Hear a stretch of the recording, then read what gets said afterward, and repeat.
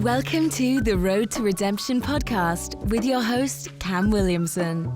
Each week, Cam sets out to shatter the labels and stigmas associated with mental health awareness by giving life lessons and raw overviews of events happening around the world. What is up, guys? Welcome back to this episode of the Road to Redemption podcast. I'm, as always, your grateful host, Cam Williamson. Boom, we're getting into it today with the new setup. I hope you guys like it. Right into it. We are talking about the shadow self today. Psychology. Carl Jung, however you want to say it. He was a Swedish psychologist, like hundreds of years ago. Was the original creator of the idea of the shadow self. What is it? Your shadow self is your dark side, right? It's not exactly what we think. When we think dark side, we think evil, but it's the side of ourselves that we don't want to acknowledge a lot of times in everyday life. So as you walk through life and you hear about news, you hear about things like that, and you go, well, I would never. Someone robbed a store. I would never. How did someone steal a car? You hear about people getting divorced. How could they do this to their kids, to that? Look how silly they make everyone look. You know, now they're getting married for a second time and they make everyone come to a second wedding. How dare they? And it's all these judgments and projections of your moral compass. So we're going to talk about it. When we look at situations, if we're being honest, look at everything that we idolize in the world. And this is not new. This is not COVID times. This is forever. What is the fancy of everyone? Radical, rock stars, celebrity, drugs, alcohol, sex, rock and roll. It's always extremes. But then what? Every single celebrity that we love, when they do some wild shit, we're like, look at them, look at them, look at them. Why? We envy them in a way, if we're being honest. We envy that they can do those things. We envy when we hate people because we're like Justin Bieber. Oh, look, he goes out and he gets a DUI for racing and doing all this. He should be in jail. It's like, but if you've gotten DUIs before and you've made that mistake before, you're not so grandiose to sit there and look down on him and go, you fucking piece of shit, da da da da.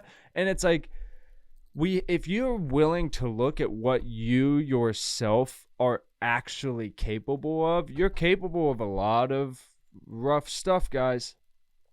It's not just something that criminals and people who struggle with mental health are capable of. We, in 2022, have forgotten what the human being is capable of. Remember, before we were in buildings, not but a couple hundred years ago, when we lived in shacks and mud huts and shit like that, there were groups of people that would come in and rape and pillage villages, and you had to survive that. Your family had to be strong enough and know how to defend against that, or your plan was just to flee and get the hell out of there. So let's not get so disconnected from what we as human beings truly are capable of. Before we went to the grocery store, we hunted for our food. We did violent, vicious things on a daily basis. We attacked other villages. We were animalistic by our primal nature. I have been looking into my lineage, and I found that I'm like 80% more Neanderthal blood than most of the people that are on 23andMe, which is cool and shit. So I've been learning about it, which is helping a conversation like this, because it's like when you look at the most primal version of what human beings were, we are savages. We are fucking savages. We're trying to work that out of ourselves. And I think in 2022, we're having a hard time debating, like, what is meant to be kept in the human genealogy, and what should we try to domesticate out like we've done with wolves and dogs and shit. Like, there's still wild wolves out there, but we have domesticated dogs that will lick your face and sit for treats and shit like that. So we forget, just like people forget with their dogs, that's still an animal that will fucking kill you if it sees fit. Your dog has a shadow too, as much as you love Scruffins. Remember, he's capable of some gnarly stuff if you put him in the right conditions, but so are we. I promise, if you're a parent and you have kids and you go broke and your kids are starving, you'll do some heinous shit to get food or get money to get them food. Our shadow self, if we're not willing to sit and observe it and be honest with it, can become our detriment, because it becomes everything that we judge people for. It becomes everything that we envy people for secretly, which turns into resentment.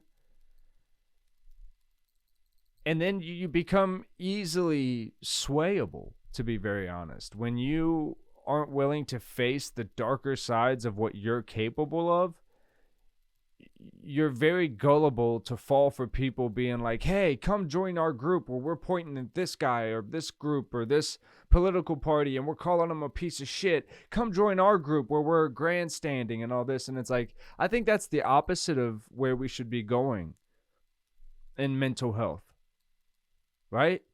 So even in mental health, if our shadow side is our depression and our anxiety and the things that we struggle from, if you're not willing to sit with those and acknowledge them for what they are, for the struggles that they legitimately are, what are they going to do? You're going to allow them to grow bigger in your head than they really are. They're going to become physical to you. And then your shadow can consume you in that way, where you never see light, so therefore your shadow is just always present over top of you. Only when you step into the true light, which is observing, it's not a righteous light, it's the light of being able to see situations for what they are and not trying to look at anything in a righteous way. Observing that we as human beings are not righteous beings. We are not inherently always good. We've worked very hard for hundreds of years to try to domesticate the human animal into a human being where you can be. But again, I think we are also struggling because some of that goes against our nature. We are meant as human beings to wander. You see this exploration into spirituality where people are getting back out into nature and they're hiking and they're camping and they're living out of vans and they're living a more simplistic life, and they're wanting to know, what is this? What is this thing? And what are they really searching for? And it's the truth. When you go into nature, the truth is very simple. Things attack each other and they kill each other and they get what they need for food, but you don't see really squirrels making mansion nests to compare themselves to other squirrels. I'm sure they have some kind of hierarchy, and birds do the same, and snakes and shit like that. But in nature, you look at exactly what is, you can compare yourself to it and go, okay, I see that I have evolved past all these simplistic ways of being. But I think that then puts you in a weird spot where you go, okay, what do I do with that now? What do I do? Because I'm not just simply gathering food for my nest every day. I'm more than that. I have the ability to sit and comprehend this as simplistic. I know that I want more out of this experience. Okay? Then you go and you start to chase things, money, jobs, careers, schools, whatever, families, relationships. And some of them set your soul on fire, and some of them start to suck the life out of you. Some things bring us joy and some things start to tear us down. But then it's all about, again, as we always talk about on this show, what is your focus on? Are you focusing on things that are sucking the life out of you? Or are you focusing on things that are actually bringing you up in making you better to who you want to be. There's this idea. I don't know if for me it comes mainly from Christianity and the foundation that I came from in that, but living by this idea that there is good and there's bad, other than murder and stealing and home invasions and rape and shit like that, there's clearly right and wrong in those situations. But as far as how to live your life on a daily basis, I don't think there's a good or bad way to live. There are ways you can live for longevity, to be a healthy human body for a longer span of time. There are ways you can live so that your heart will not explode by not consuming certain things at certain times, and there's certain ways to keep your liver from shutting down, and there's ways that you can have a great time and keep it in balance. There's not this black and white. And your shadow is that way too. If you look as you're walking in and out of the sun, it kind of fades away into you, fades with you. Your shadow is you. You have the capacity to lie. No matter how fucking truthful you think you are. You will lie if it fits for you to fucking lie. You will steal if you needed something bad enough to steal it. You would do it. If you found the right victim that you could classify, oh, they don't need it. That's what people do a lot of times when they loot. They go, oh, I'm stealing from Gucci. They don't need it. I'm going to turn and sell it and feed my kids. Fuck Gucci, right? And then we judge them. Fuck, look at these animals, these fucking savages. We're savages. We're all savages. We'll raid a village if they got food and we need food. If our kids are starving and I know them shits got food, we may ask nicely once, hey, can we have dinner with y'all? No? Hey, get the matches. Fuck these guys, yeah? And we're going to burn your shit down. We are savages by nature. One of the big things that I find interesting when we talk about, there's a big thing on TikTok right now about white people being colonizers and Native Americans or indigenous people, however you want to refer to them, are gaining a lot more respect as we learn more knowledge about how we actually got here, who we truly are, what made us the country that we are in the United States. And then we look, and for years we fucking called Native Americans what? Savages. You can act like we didn't. We fucking did. It's in Pocahontas. Go fuck yourselves. We did. It was wrong. Because why? They were more primal to nature way of living. We thought we were creating this class of hidey-tidy motherfuckers in leather-bound books and shit like this over in, the UK, creating the new land, that we were going to judge these people and then do what? When they were sleeping, we were going to fucking attack them like cowards and take their shit. So what? The essence of the shadow of the systemic structures and the systems that we all hate, the ego and the judgment of everything that's not materialistic and woo-woo-y and new class and all this shit, that's where it fucking started. So for all the people that want to sit around and not learn about the reality of situations, and you want to spout off at your ignorant fucking mouths about political topics or religious topics or women's rights or gay rights or whatever the fuck you're spouting off about, all I'm saying is most of the time, if you take the actual time to read into every situation and all the details that go all the way into it from its very beginning, most of us don't have the attention span for that. We get bored. We want to make a quick headline, inference, summary. Here's my opinion on what I just saw. Take the fucking time and learn, because then you go, oh my God, everything is a back and forth. This person did that, and this side fired back, and this side retaliated, so they retaliated. Then there was peace for a while. Then somebody got a hair up their ass, and boom, fires bombs away over here. So now we got a massive war going, and what? It's all because there's always a surge and then a rest and then a power struggle and then a rest. And then somebody feels like they're not getting enough and they want to test the bounds of what's possible. And whether they do that in a righteous way or a right way at all, well, we judge that. But it's like, okay, Hitler tried and we were like, that's bad. Shut that shit down. That's bad.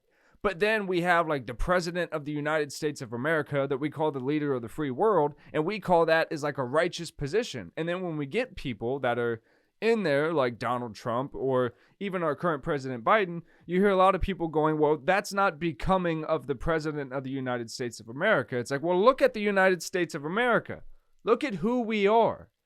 We aren't one thing. We're not a white person. We're not a black person. We're not violence in the street. We're not gun-toting. We're not anti-gun. We're not pro-gay. We're not anti-gay. We're not Jewish. We're not Christian. We're not Muslim. We are everything. So why do we keep trying to hold on to these symbolisms of right and good when we truly don't fucking know? If we were trying to do what was right and good, we would shut down the banks. We would all grow gardens in our fucking backyards. We would make sure that our entire blocks were always fed, clothed, made sure that they had water, make sure they weren't living in their own feces. Their bandages were, properly done up if needed. The sick were taken care of. Because guess what? Even back in fucking Neanderthal days, they took care of the lame people, the sick, the ill, the disabled, the runts of the litter. We have always taken care of one another. This new thing where we attack one another, that shit is new since we got away from who we truly the fuck are, which is communal, societal people. Some of us require to shut it the fuck down. That's not new either. Since the beginning of time, there have been beings that need to go into isolation, recharge for wisdom, for clarity, to gain knowledge, to take it back to the collective that is busy doing what they're doing. It's on the spiritual journey, we're not these fucking life-saving gurus because we're on this path to understand how our minds and our bodies and our souls connect to this thing that we experience every day. I think it's just our fucking responsibility. It's just our responsibility to do it. I think it's also our responsibility to learn. Just learn. Take a second. Find out what you don't know. That's what charges all this for me. What do I not know? I don't know so much. Now I sit down and I'm like, I got a GED instead of graduating from high school so I could join the army. So like, I couldn't have told you 2 years ago when most wars were, who fought in them, why they were started, who was actually calling shots and doing what. And it wasn't until I was almost 30 years old that I was like, let me learn about the Vietnam War. Let me learn about World War I, World War II. Let me learn about why, all these different wars started, who started them, what actually happened in these things. And you look and there's always these murky messes and deals gone wrong. And we train these people and they get pissed. And so you go, okay, it's not as simple as calling these people terrorists, signing on a dotted line. Sorry, my mouth's super dry. Signing on a dotted line, putting a uniform on and killing bad guys. It's not that simple. But it's easy to watch on the news and see soldiers killing people and people killing whatever terrorist attack and going, those fucking animals. Hey, you've probably never been called to go to war before. Hey, you want to look at yourself as an animal? You want to have to keep people in cages? It's pretty animalistic to watch a human being sit in a fucking cage or to take a life, right? Like, that's animalistic to do to someone, but we do it. We keep human beings in cages when they do bad things. We do that to our dogs. When our kids do bad things, we put them in timeout. So, like, again, there's this big spectrum in life that we're always judging. Well, it's okay to do this. I'll put my kid in their room because that form of cage or box structure we deem acceptable. But if a guy goes and steals money from a bank, it's not really my money, but hey, fucker, that could have been my money. So yeah, I'm fine. Go rot in jail, fuck ass. We don't care why he needs money. We don't care. We just know he's probably on drugs. Fuck him. He's done. And then that soul rots behind four walls. He's in permanent timeout forever. And it's easy. It's easy to sit and go, yeah, fuck that person. Because we don't know a lot of times what you would be capable of, or I think a lot of us do. I think a lot of us, when we're get a couple drinks in us and we're feeling a little, the right knuck if you buck come on, you know really what you're capable of. You're ready to ride if so necessary, but a lot of you like to pretend. I'm not going to bring it up. A lot of y'all like to pretend that you're new. You're from the new land. You're the fancy now. But y'all forget people have known you your whole lives.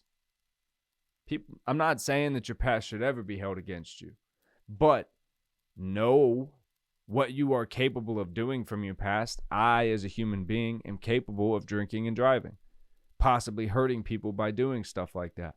I am capable of hurting people with my bare hands. I am capable of stealing. I am capable of lying. I am capable of a lot of bad shit. I accept that about myself.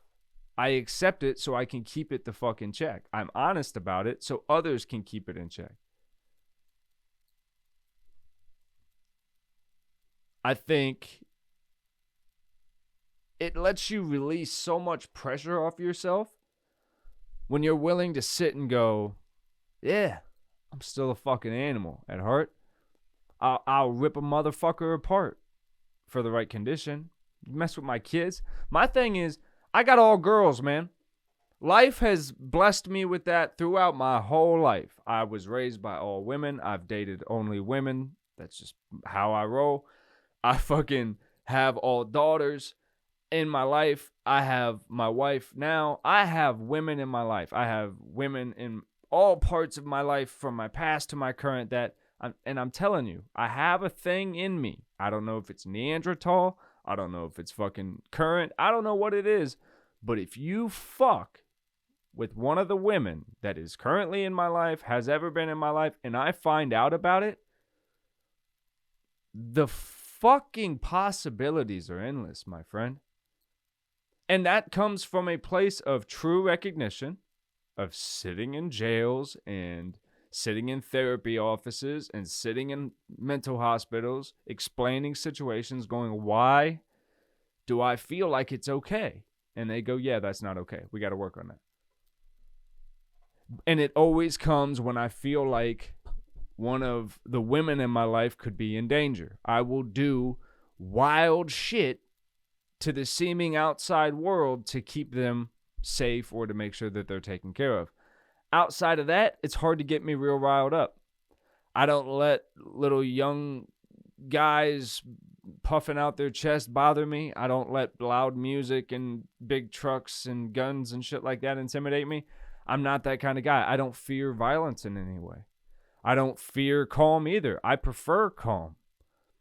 But I understand that I prefer calm and peace because I've lived in so much chaos and tension and stress for so many years that I'm just now learning how to walk with my shoulders relaxed and back and breathe properly and observe situations not from a survival mode, from my shadow side of being the constant one that's ready to fuck you up at any given cause. But now I look at anyone and am like, man, you might need a hug, man. Come here.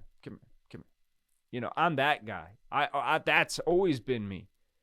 But I created this dark version of myself that I appreciate. That version of myself protects me. That version of myself allows me to stand up for myself in situations where because I've built confidence on these shoulders and these legs that I now stand on, now when I walk into situations, if people are acting out of character of how I think I should be associating with, I'll go, hey, We're not going to do that. Oh, you are? Okay, bet. You have that right. I'm out. And again, people take it as very forward. They take it as very aggressive. What'd you say? What was that? Hey, yo, don't say that. And shut it down. What? And you'll see most time people are so taken aback because there's this thing where being shocking and being all the shock and awe factor of just saying wild shit. I appreciate it in stand-up comedy, but when people make it a part of their personality to try to be offensive or hurtful or whatever, I don't get with that. To try to embarrass people. It's like the kids in school that like they're only funny because they're constantly dogging on somebody else, but you say one shit about them and they're ready to fight. And it's like, well, you've never had somebody kick your ass. Right? Because if I fuck you up and I show you what that feels like to fuck you up right now in front of your friends, and I don't have to call you stupid. I don't have to say your outfit looks dumb. I don't have to make fun of your hair or call your mother dumb. I can fuck you up standing right where we are, take it right back to the Neanderthal days, man. I'll fuck you up in front of the tribe and I'll let you lay there. How funny do you need to be tomorrow? You don't need to be that funny. You don't need to make fun of him and laugh at her and make fun of them and do all that. You can simply be grateful that you're a part of this community. It's only when we struggle to find our value and why we could stand out, when we want to be the shining look at me of the group, we start to do wild, mean shit to one another. We start to review things and be critics, and we start to videotape people. Look at them. What are you doing? Whoa, what's that outfit? What the fuck? And we're this all. When most of us look at stuff and go, I wouldn't have the balls to wear that. I don't have the gall inside of me to go and do this thing on camera in the middle of a grocery store. Sure, it's fucking ridiculous and I don't condone a lot of it, but it's like that takes balls to do a lot of that shit. So yeah, they're being millionaires for being assholes online. Let's stop going, that's bad, and going, okay, can I create something that's good and create the same type of virality, or do I have to feed the bad? It's a choice every day. You don't judge it. You just observe what it is. If you stop looking at everything as bad, good, whatever, and just see what is and see what is working, the only thing I will say in the scope of good and bad is I do believe there's always a battleground going on of good and evil. Good energy, bad energy, and which one will ultimately play out. If there's an end, I don't know. But, you know, like in Christianity, they say like it's the war of the end of days where heaven and hell will have a battle. They say they already know that heaven wins, God prevails. And it's like there's this constant battle within our own selves of going, am I a good person? Do I live by this societal structure and do these things? And, you know, do I live my life in this way? But I urge you not to live that way and just ask yourself, am I a good person to myself? Do I agree with the things I do, the decisions I make, the encounters I have, and the people that I connect with? That's all that matters in life. Everything else is extra and shiny and splendid, right?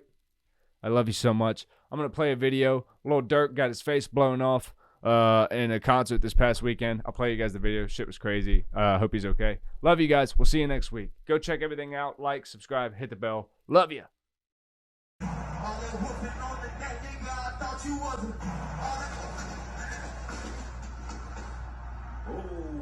Whoa.